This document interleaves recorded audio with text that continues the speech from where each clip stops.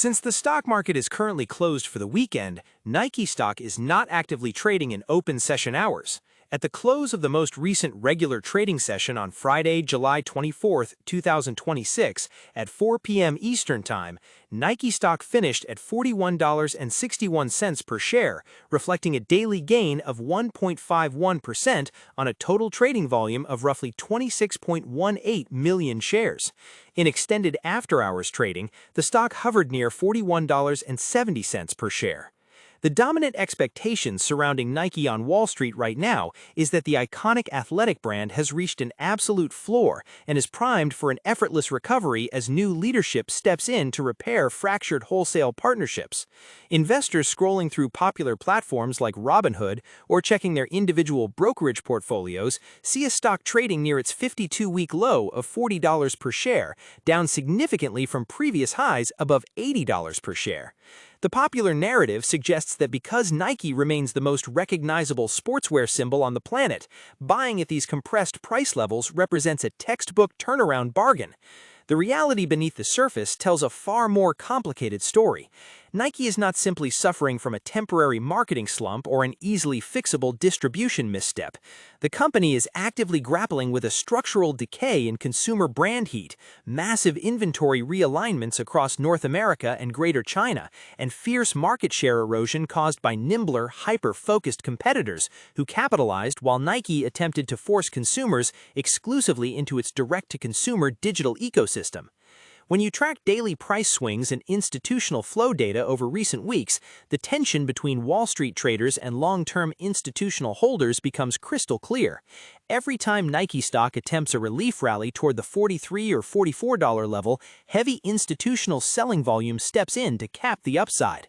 Trading volumes routinely surpass the 20 million share mark on down days, signaling that big funds using interactive brokers platform algorithms or institutional custody accounts are taking advantage of minor price bounces to offload positions and reallocate capital into faster-growing mega-cap tech plays like Nvidia stock or Apple stock. Retail traders browsing through the Robinhood app or using SoFi Invest to track trending tickers often see Nike highlighted as an oversold value play, but the tape reveals that institutional accumulation remains surprisingly cold. This persistent sell pressure comes directly on the heels of recent financial disclosures that rattled retail and professional market participants alike. In its latest quarterly reporting, Nike posted revenue figures that underscored the ongoing drag in its core footwear categories, with total sales coming in virtually flat year over year at $46.4 billion, while net income compressed further under heavy promotional discounting. Management was forced to issue cautious forward guidance, warning investors to expect continued top-line softness as the business works through excess inventory, recalibrates its product pipeline, and curtails legacy footwear franchises like the Air Force One and Dunk models to rebuild scarcity and consumer demand. Macroeconomic headwinds are complicating this internal restructuring even further. Global consumer spending on discretionary soft goods is facing persistent pressure from sticky inflation, rising credit costs, and cautious household budgets across key geographic zones. In North America, middle-income shoppers have tightened their belts, opting to stretch footwear replacement cycles rather than paying full price for new releases. Meanwhile, in Greater China, which historically served as Nike's highest margin growth engine, economic sluggishness and rising local brand preference have severely eroded sell-through rates. To protect brand equity, Nike recently announced a major operational shift in China, restricting franchise partners from selling products through unauthorized digital channels and consolidating e-commerce sales strictly to company-operated channels and official storefronts on platforms like Tmall, Douyin, and JD.com. While this move protects pricing power over the long run, it creates an immediate sales vacuum that will suppress short-term revenue performance. To understand how Nike landed in this challenging position, it helps to look at the broader mechanics of how retail capital flows across modern trading channels. Whether investors engage in self-investing using a Fidelity trading platform, manage automated portfolios via Schwab Intelligent Portfolios, or use a SoFi robo-advisor to build passive wealth, the underlying metric that drives valuation is sustainable return on invested capital. For decades, Nike possessed an unbeatable economic moat built on massive marketing budgets, elite athlete endorsements, and dominant shelf space dominance in physical retail stores worldwide. The core business model traditionally operated through a dual distribution framework. Nike designed high-performance athletic footwear and apparel, produced those goods through contract manufacturing partners across Asia, and distributed them globally through wholesale retail partners alongside company-owned flagship stores and digital storefronts. For years, this model generated enviable gross margins and reliable cash flow. However, several years ago, previous management executed a dramatic strategy pivot towards Nike Direct, actively pulling products out of long-standing wholesale retail partners like Foot Locker and independent sneaker boutiques in an aggressive attempt to capture full retail margins through Nike.com and the SNKR's app. That strategic pivot created an unexpected vulnerability. By pulling back from wholesale shelves, Nike inadvertently created massive physical store visibility gaps. On Running, Hoka, and New Balance quickly filled those vacant retail displays, capturing market share among runners and lifestyle consumers who wanted to try on shoes in person before making a purchase. At the same time, customer acquisition costs for online direct sales surged across the broader digital landscape, eroding the theoretical profit margins Nike expected to gain from cutting out wholesale intermediaries.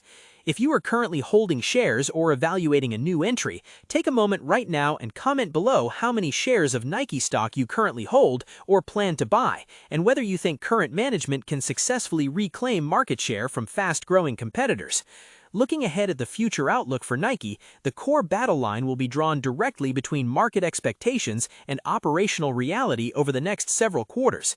Market bulls argue that the stock's multi-year valuation compression creates a compelling asymmetric risk profile, pointing to an attractive dividend yield near 3.9% that pays investors to wait while turnaround efforts take root.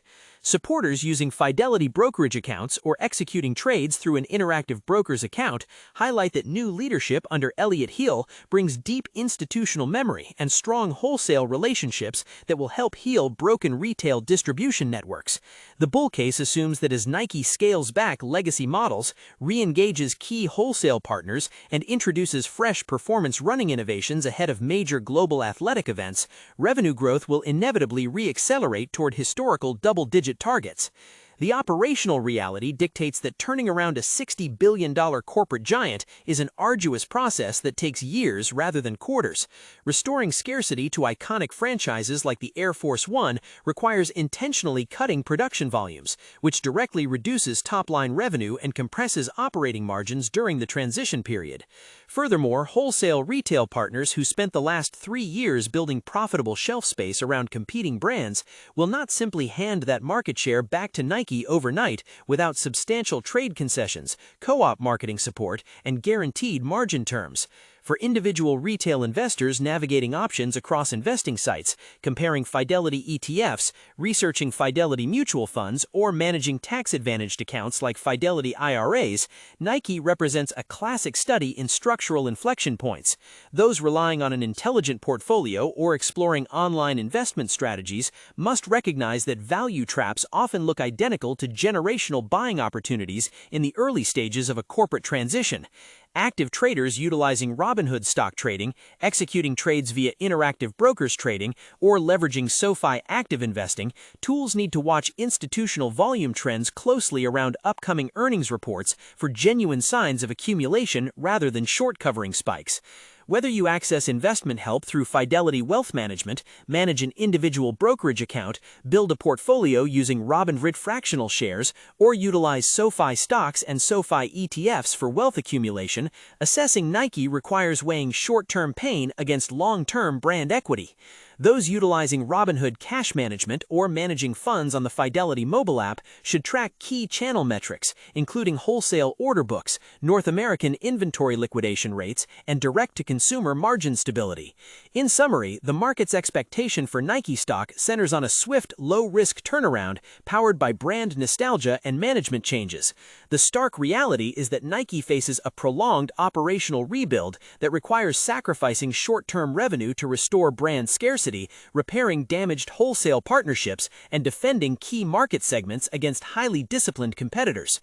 While the current stock price reflects significant pessimism, long-term investors seeking capital growth must carefully evaluate whether Nike's multi-year restructuring timeline aligns with their personal investment horizon. Disclaimer: this video is made only for educational and informational purposes. I am not a financial advisor.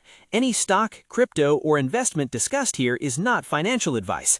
Please do your own research or consult a qualified financial advisor before making any investment decisions. Invest responsibly.